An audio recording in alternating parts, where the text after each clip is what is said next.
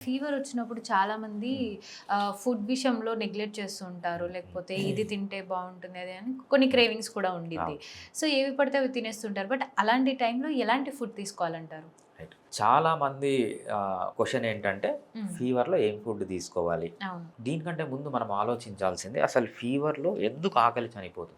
హ్మ్. ఫీవర్ వచ్చిందనుకోండి. హ్మ్. ఫీవర్ వచ్చినప్పుడు మీకు సమ్ ఇన్ఫెక్షన్ ఉంది బాడీలో. హ్మ్. ఆ ఇన్ఫెక్షన్ వల్ల మీకు కావాల్సిన ఎంజైమ్స్ గానీ, మీకు కావాల్సిన హార్మోన్స్ గానీ, మీకు కావాల్సిన నర్వస్ సిస్టమ్ గానీ, అక్కడ మెటబాలిజం గానీ సరిగ్గా లేదు.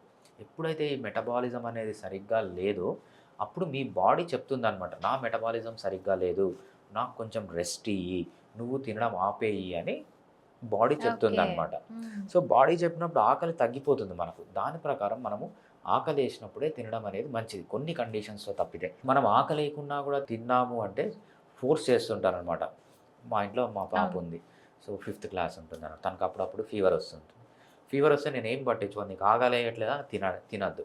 సో, మనం మెయిన్‌గా చేయాల్సింది ఫీవర్‌లో ఏంటంటే హైడ్రేషన్ మెయింటైన్ చేసుకుంటూ ఉండాలి. వాటర్ బాగా తీసుకున్నంత వరకు ఏమి వరి కావాల్సిన బట్ అవసరం లేదు. ఓకే. అది కొంచెం పెద్ద పిల్లల్లో. చిన్న పిల్లల్లో 1 ఇయర్ గానీ, 2 ఇయర్స్ గానీ ఉందంటే అక్కడ ప్రాబ్లమ్ ఏమవుతుందంటే, వాళ్ళు గనక ఫీడింగ్ తీసుకోకపోతే ప్రాబ్లమ్ అవుతుంది. అందుకు వాళ్ళకేంటంటే, ఫీడింగ్ తీసుకునేంత వరకు ఏ ప్రాబ్లమ్ లేదు. ఎప్పుడైతే ఫీడింగ్ స్టాప్ చేస్తారో, అది కేసు సీరియస్‌గా అవుతున్నట్లు. అది చిన్న పిల్లల్లో. ఇంకా పెద్దవాళ్ళకొచ్చేటప్పటికి మనకు కావాల్సినంత ఫ్యాట్ మన బాడీలో ఆల్రెడీ ఉంది. మీరు హ్మ్. 2 నెలలు ఫుడ్ తినకున్నా గూడా ఏమీ కాదు. సో, మీరు చేయాల్సిందేంటంటే ఫీవర్ వచ్చింది, ఆకలి తగ్గిపోయింది, ఫీవర్ వచ్చినప్పుడు తినకపోతే నీరసం వస్తుంది అనే భయం లేకుండా పెద్దవాళ్ళైతే ఆకలేస్తే తినండి. లేదంటే వద్దు. ఫీవర్ టైంలో మనకేం రిస్ట్రిక్షన్ లేవు. ఏది తినాలనిపిస్తే అది తినమని చెప్తామన్నమాట. నార్మల్లీ నాకు గనక పేషెంట్స్ వస్తే హ్మ్. నేను చిన్న పిల్లలొస్తారు. నా దగ్గరికి గాని వస్తే వాళ్ళకేం జెప్తానంటే చాలా హ్యాపీగా ఫీల్ అయితారనమాట వాళ్ళు. సో, సార్ ఎప్పుడు జంక్ ఫుడ్ తినొద్దంటే చాలామంది తల్లిదండ్రులు పిల్లలకి జంక్ ఫుడ్ పెట్టడమే మానేశారనమాట.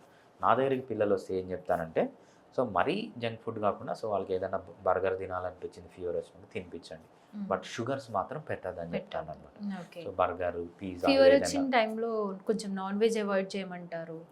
సీ నాన్ వెజ్ అవాయిడ్ చేయాలని 100% కాదండి. హ్మ్. కొంతమందికి నార్మల్‌గానే క్రేవింగ్ ఉండదు. So, okay. నాకొచ్చిందనుకోండి fever, I prefer to take non veg. ఎందుకంటే నాకు డైజెషన్ అవుతుందనమాట. హ్మ్. సో, మీకు గనక నాన్ వెజ్ డైజెస్ట్ కాకపోతే మీ బాడీనే చెప్పేస్తుంది. దాన్ని చూస్తేనే విరక్తొస్తుందనమాట. అంతేగాని ఫీవర్ వచ్చినప్పుడు నాన్ వెజ్ చెడ్డది కాదు, నాన్ వెజ్ మంచిది మంచిది కాదు. కాదు. మీకు బట్ తినాలనిపిస్తే జాండీస్ అటాక్ అయితది అని అంటారు కదా మరి. Jaundice is completely different. Jaundice అంటే ఏంటంటే మనకు లివర్ సరిగ్గా పనిచేయట్లేదు. హ్మ్. లివర్ సరిగ్గా పనిచేయనప్పుడు మనము నాన్ వెజ్ తినకపోవడమే మంచిది. ఎందుకంటే హ్మ్. మనకు మెయిన్‌గా ఫ్యాట్ ఉంటుందనమాట నాన్ వెజ్‌లో. ఆ ఫ్యాట్ డైజెషన్ అంతా ఆగిపోతుంది. ఆరిగిపోతుంది. సో, మనకి ఎంజైమ్స్ అనేవి సరిగ్గా సెక్రీట్ కావన్నమాట. ఆ టైంలో సో, మామూలు ఫీవర్స్ వేరు, జాండీస్ వేరు. హ్మ్. జాండీస్ వచ్చినప్పుడు సర్టెన్ టైప్ ఆఫ్ జాండీస్‌లో నాన్ వెజ్ అవాయిడ్ చేయడం మంచిదనమాట. Okay doctor. చాలా క్లియర్‌గా ఎక్స్‌ప్లెయిన్ చేశారు ప్రతిదీ. Thank you so much doctor. మళ్ళీ ఇంకో యాహ్! వీడియోతో మళ్ళీ కలుద్దాం. నమస్తే. థాంక్స్ అండి.